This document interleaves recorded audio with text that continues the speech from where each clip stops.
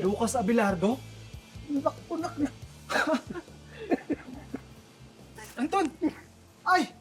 Teka, baba. Si Chef yan eh. Chef JR ko ba yan? Akala ko nga din si Adan Lazaro. Sabi natin ito. Ito, chef na to. Hawig? Sura. Parang hindi, sir.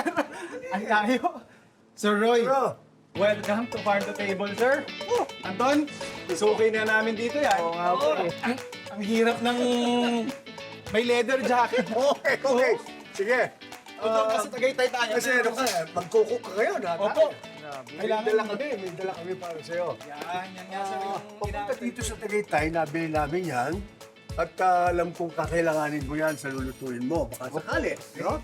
Tingnan mo. Ay, eto nga sakto ah. Mukhang Tingnan mo nga.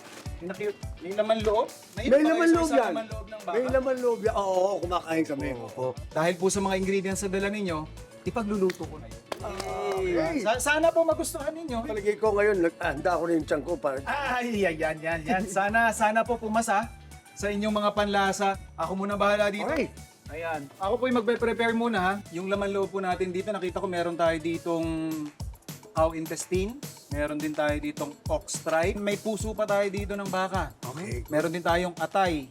Since nasa Batangas po tayo, parang swak to sa parang gotong Batangas na nalutuin. Ano? So, gotong Batangas po is goto, pero mas marami yung, well, it's actually mostly innards. Mga laman loob talaga siya. Kasi tayo, di ba, pag goto, kanin, lugaw yung kadalasan. Yes. Sa Batangas, baliktad. Puro siyang laman loob. Pakukuluan natin ito. May pressure cooker po tayo dito. Lagay lang natin itong mga innards natin. And then yung ating mga luya, bawang, syempre, sibuyas, tsaka syempre asin. Laurel, lagyan na rin natin, pamintang buo.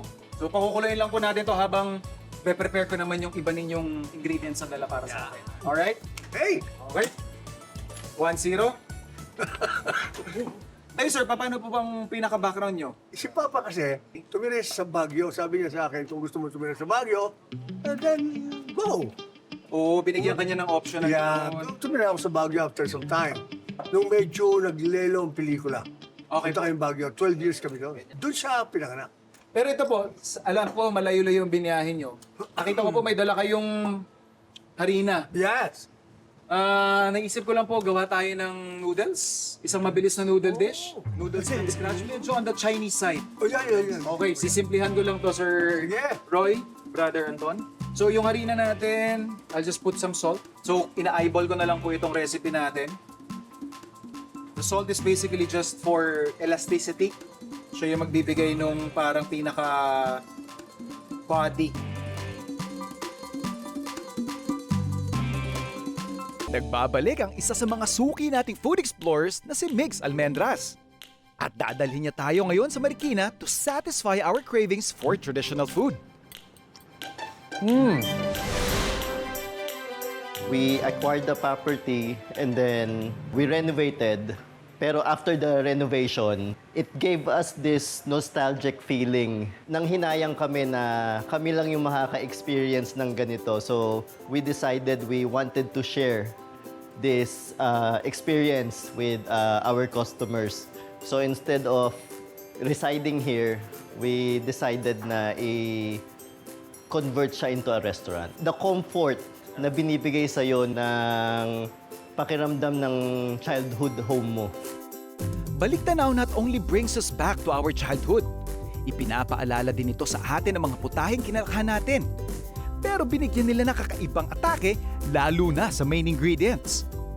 Hello mga food explorers! Nandito tayo ngayon sa Balik Tanaw Cafe kung saan titikman natin ang isa sa kanilang mga specialty at yun yung kanilang tapa. So ito na nga sa Balik Tanaw Cafe, kitang-kita natin ang kanilang mga tapa served with 2 eggs, atsara at sinangag rice. So kanilang baboy na mo.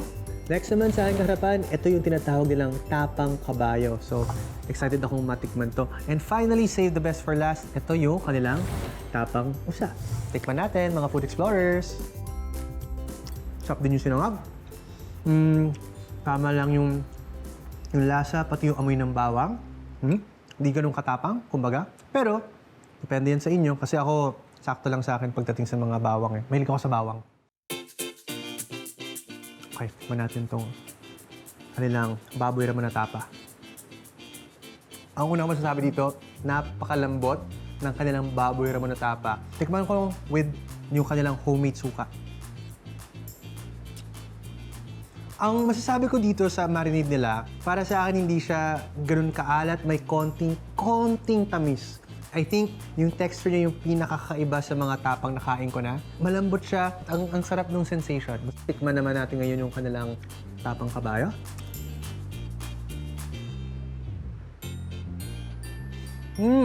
Pagdating sa lasa, masasabi kong may kakaibang aftertaste na maaaring hindi kayo sanay pag kumakain kayo ng tapang kabayo.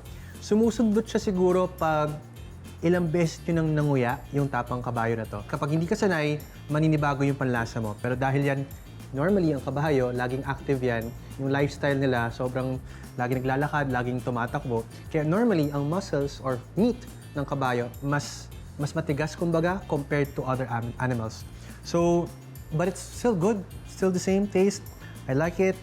If you're looking for that aftertaste, dito ka. May kakaibang sipa siya. And of course, syempre, yung suka, dagdag lasa pa rin. Finally, eto, kinakain ko to nung bata ako. Tapang usa. Na-excite ako dito.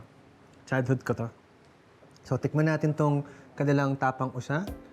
Pagdating sa lambot, kung i-rank ko yung kanilang tapa, para sa akin, ang pinakamalambot, yung baboy ramen na tapa. Susunod yung kanilang tapang usa. At panghuli, yung kanilang tapang kabayo. Pagdating sa lasa, masasabi kong halos magkakapantay ng lasa at nagkakaiba lang talaga sa aftertaste. Yung aftertaste ng tapang usa, meron siyang sipa ng smokiness sa bandang dulo ng pagkagat mo. Ayan. Ito naman guys, titikman naman natin ngayon yung kanilang patarot. Thank you, Sir Charles. Dark chocolate, itong nasa ibabaw. At kapag binuhos na yung kanyang tablea chocolate, matutunaw to at maghahalo sila sa cup. So, ayan na siya. Ang galing!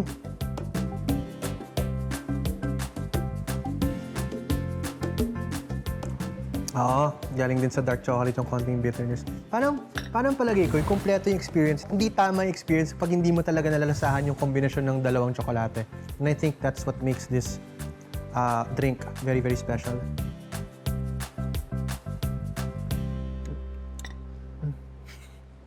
Crap. Bukod sa kanilang mga tapa, may itinatago ring masarap na sikreto ang Baliktanaw Cafe. Part of our menu is what we call Sekreto ni Ate. Sekreto ni Ate is hindi siya nag-i-stay ng isang variety of food. Every week, pinapalitan namin siya. But these foods are the known comfort food ng mga Pilipino. Ito yung mga kaldereta, pininyahang manok. We also have this meal called wok na toy. Ano kaya ang sikreto ni ate na mauungkat ni Migs? Yan ang sikreto ni ate. Tikman na natin to. Pinakamalapit na sa akin palagay ko, menudo. Parang may pagka-menudo siya na may konting twist. This is unique here in Marikina.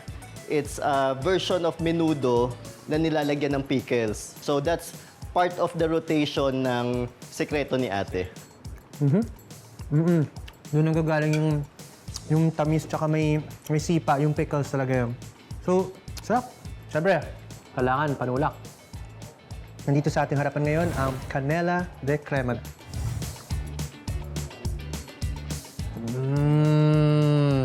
Kung mahilig kayo sa creamy drinks, I think this is the one for you. So guys, please check out Baliktanaw Cafe dito sa Marikina and have a great meal here. See you next time, mga food explorers! Kailangan ko lang po ng tulong nyo, ha? Yes! Gawa po tayo ng dumplings. Siomay. Ayun. Siyempre, siomay. May gidala kayong giniling. May carrots din kayo, sibuyas, celery. So, I thought na yun yung mas prefer ninyong dish. Anton, kamusta si the legendary action icon ng Pilipinas as a dad? Pinaka-simple lang po si Papa pagdating sa buhay. Chill lang, Eh, chill lang. Eh, hindi kami, like, gusto namin magarang kotse. Simple lang buhay talaga namin. At simple yung mga pagkain namin, kaya kung kakainin namin, Yung Basta sinabi gatas ko sa ng kanya. kalabaw with kanin, tapos toyo, sarap na nun. Tuyo na. Kasi nakatira kami sa Pampanga, gatas ng kalabaw ang paborito ko sa... Uy, tapos ilalabay, sir, ilalabay. Hindi ko pagpapalit sa steak. Tapos tapang Tapos, tapang kalabaw tapos or... kalabaw or something. Tuyo. Yes, oh at my saka, God. Yes. Ilalagyan ko naman ng saging at saka manggayon. Pero at least po, na-expose ninyo si Anton sa simpleng pamumuhay. Oo, sinabi ko, ito lang ang kaya natin kainin ngayon. That's it. Huwag kayong mamili ng pagkain. Kung ano nasa mesa, kainin nyo. Yeah. Paano naman ang impact sa'yo nun as now a professional? I mean, naitulong ba yung mga ganong simpleng expectations? For me po, nakakatulong po siya.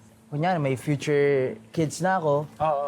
tuturuan ko sila paano maging respeto sa pamilya at kung paano maging simple lang sa buhay. Pero sa galing po ng mga talents ngayon, ikaw Anton, kamusta ang feeling mo? Mas mahirap bang kumuha ng roles? Para sa akin, madali pero mahirap din sa Oo, anak. Oo, anak. sa lagayan ko. Pero nakita ko, chef timing. Kung wala kang timing, sabihin, you're in the right place, but wrong time, para Wala. hindi rin, oo. Yung That's nakikita nice, nyo man. sa TV, siya lahat yun. Pati yung fight. Ang sabi ko lang sa kanya, pag fight ka, diin lang. Yung feel, nasa mukha yan, anak eh.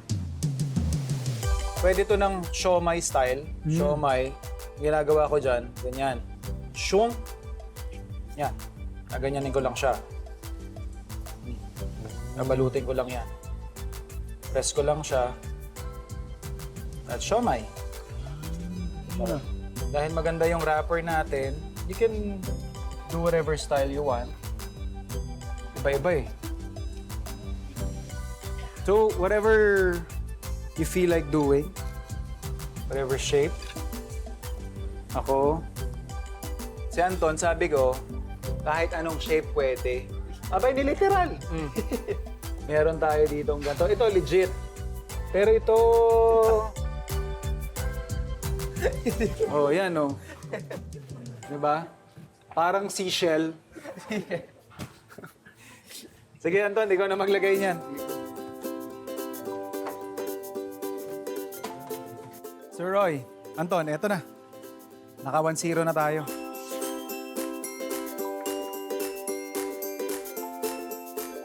Amoy na natin yung bango ng ating laman loob. Wala nang mga funky aromas na nadedetect.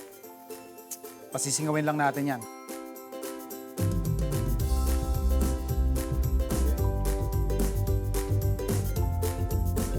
Wow. Tuwalya, Sir Roy. Oh. Anton, nakakain ka na ba nito? Ang next naman natin is yung ating freshly made noodles. Okay. So ito po yung ating dough kanina. So, bukan lang po natin to. Paninipisan lang natin. Exciting ito. Paano gagawin yung ano? Although very simple lang yung recipe, ito kailangan lang po ng kumbaga extra tool, which is yung ating rolling pin. Ikaw gaano ka-adventurous sa pagkain? Like kahit ano po eh. Kahit ano kinakain ko, Sabi sa nga Baguio, ni AirPods, iba-iba. kahit anong ano. Pareho kami na AirPods mo ng pagpapalaki kasi yung anak ko ganun din eh. I mean, kung anong meron. Pero para maging tatay kita, halimbawa, okay na rin sa akin. I would be honored, sir. Oo. Hindi, ibig sabihin kung anong nandyan. Di ba? Oo, Kaya eh. sarap May magluto. steak eh, may Oo, wala ka. iba-iba Di na. ba? Okay na rin. Steak Ayun na. talaga. Iba ka na.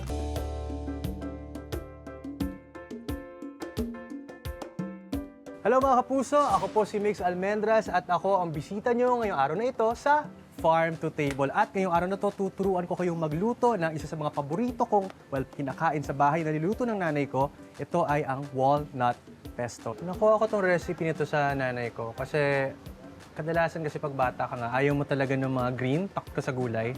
So yung nanay ko, inintroduce sa akin yung pesto, siguro mga grade school ako noon, between 5 to 7 years old, parang ganon. So una hindi ko siya maintindihan, pero masarap pala siya. Now, pagdating sa pesto, isa sa mga pinakamahalagang bagay dyan, yung ingredients. Ngayon, iisipin nyo habang kausap ko kayo, bakit walnut pesto ang lulutuin ko? Mukha siyang simple, pero ang kahalagahan pagdating sa pesto or these types of ingredients, number one, saan nyo inaangkat yung sangkap na gagamitin nyo. So, ang kahalagahan dito ay dapat laging fresh yung gagamitin yung basil. Personally, mas gusto ko fresh. At normally, sa ibang pesto recipes, minsan gumagamit pa ng pecorino cheese. But for this one, we are just using regular Parmesan cheese. And it's important talaga kung ano yung ginagamit yung cheese kasi kada cheese, iba yung lasa na binibigay niya. So tara, i-grate na natin ang ating cheese. Ang galing! Ang saya-saya nito! So ang pesto kasi, galing yun sa salitang, kung yung nagkakamali, pestare, ibig sabihin ng Italian, which is to pound or to crush.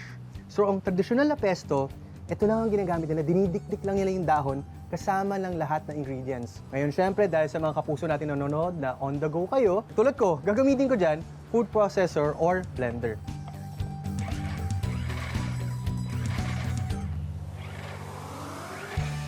Hindi pa ito yung consistency na hinahanap natin, kailangan pa natin siyang mas i-blend at i-process all together. So dahil dyan, magdadagdag pa tayo ng konting olive oil.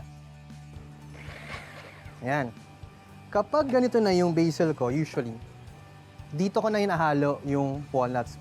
At magtatabi tayo ng konting walnuts for garnishing later ng ating dish. Nasa inyo po kung gaano karaming garlic ang gusto nyo. Ang sa akin lang, nung bata ako, yung nanay ko, lagi niyang dinadamihan yung garlic. And finally, ang ating cheese. Right? Ngayon, habang i-pulse pa natin to, salang na natin to kasi perfect to. Usually, for pasta, I cook pasta between 8 to 12 minutes. Importante dyan, dapat laging boiling water. Laging boiling water at kailangan mong asinan ang iyong boiling water.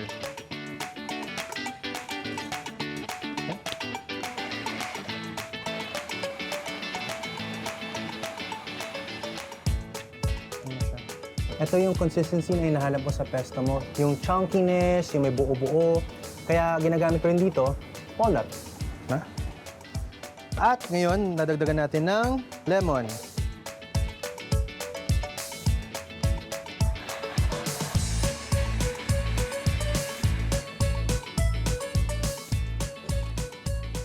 Oh, that's good. Ngayon, kukunin natin yung pasta natin. So, again, mga kapuso, nasa inyo po yan kung gaano katigas or gaano kalambot yung pasta na gusto nyo. Normally, again, dapat medyo may pagka-al dente siya kasi itong proseso na to, gagawin pa natin at maluluto pa ng konting-konti yung pasta na yun.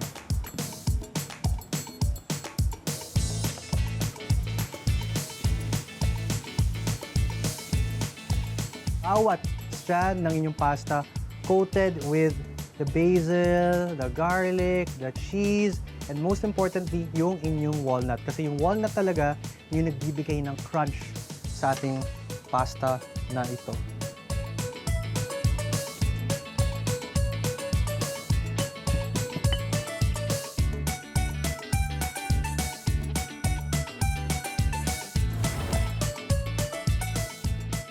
So, ito na nga. Ito na ang ating walnut pesto. Titikman na natin siya. Tamang alat lang. Sa recipe na to, hindi tayo nagdagdag ng asin masyado kasi nga, yung cheese, maalat na. So guys, please, thank you so much for having me. At kapag sinubukan niyo itong recipe na ito, go ahead, tag me at Migs_Almendras. Thank you guys. I hope you have a great day ahead.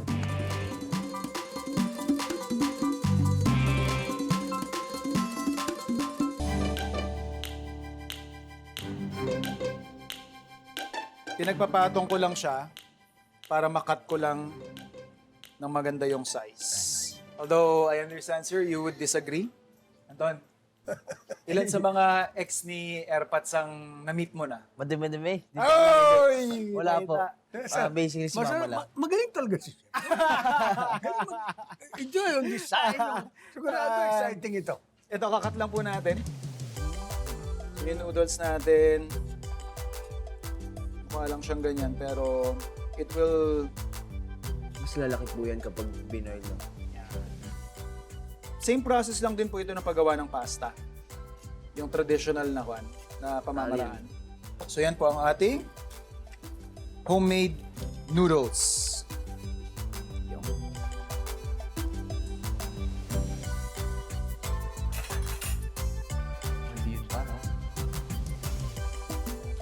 So ito yung ating ox stripe, tuwalya.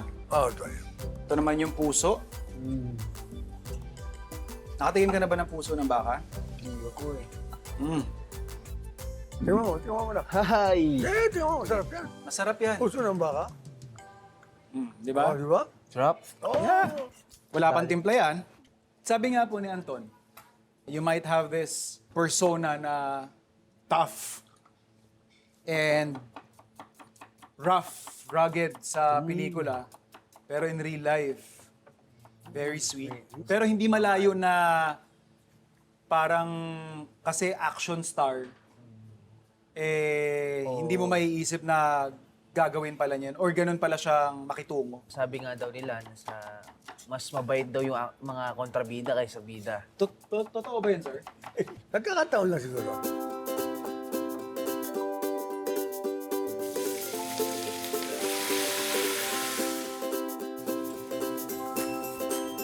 And vinegar.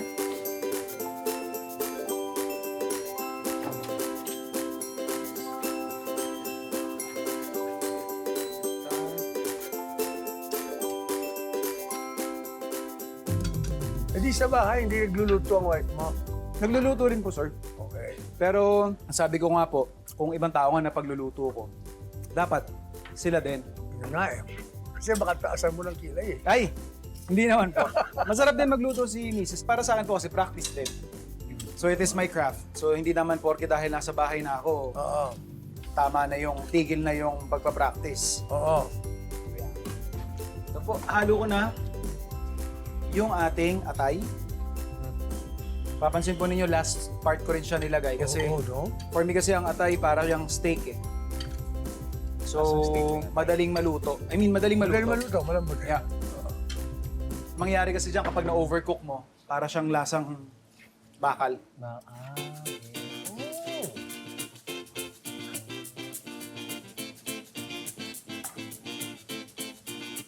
Ayan, konting kick. Lang po natin ang sili. Paghahandaan ko na po kayo ah. Sige. Opo. We'll start dito sa ginawa ni Anton. Opo, ito hanapin natin. Ngayon lang po kayo makakakita ng gantong siomai. Ito na. Nak, pasensya ka na ha. Sasama na ako kay chef sa bahay niya. Sarap naman yan. Hindi ako magsalita naman ng pangalan. Pero yung nabibili natin sa, di ba? Malalim lasa nito. Ito naman po. Lako! Ito na. Yan, first time pong makakatikim ng ating binata, Sir Roy. Hindi, first time talaga. First time talaga.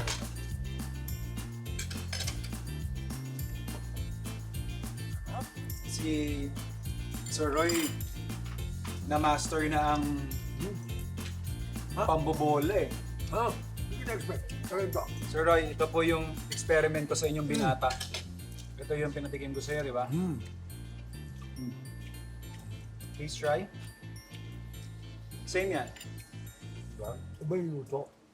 So yan yung atay na ayaw mo kamo. Kasi first time ka nakatikim, Parang nasang bakal. Yan.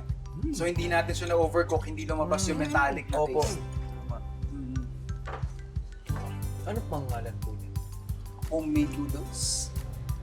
Ito yung mga tipo ng snacks na, I mean ng recipes na pag gusto mo lang ng pangsariling pagkain, personal snack. First time yung taste.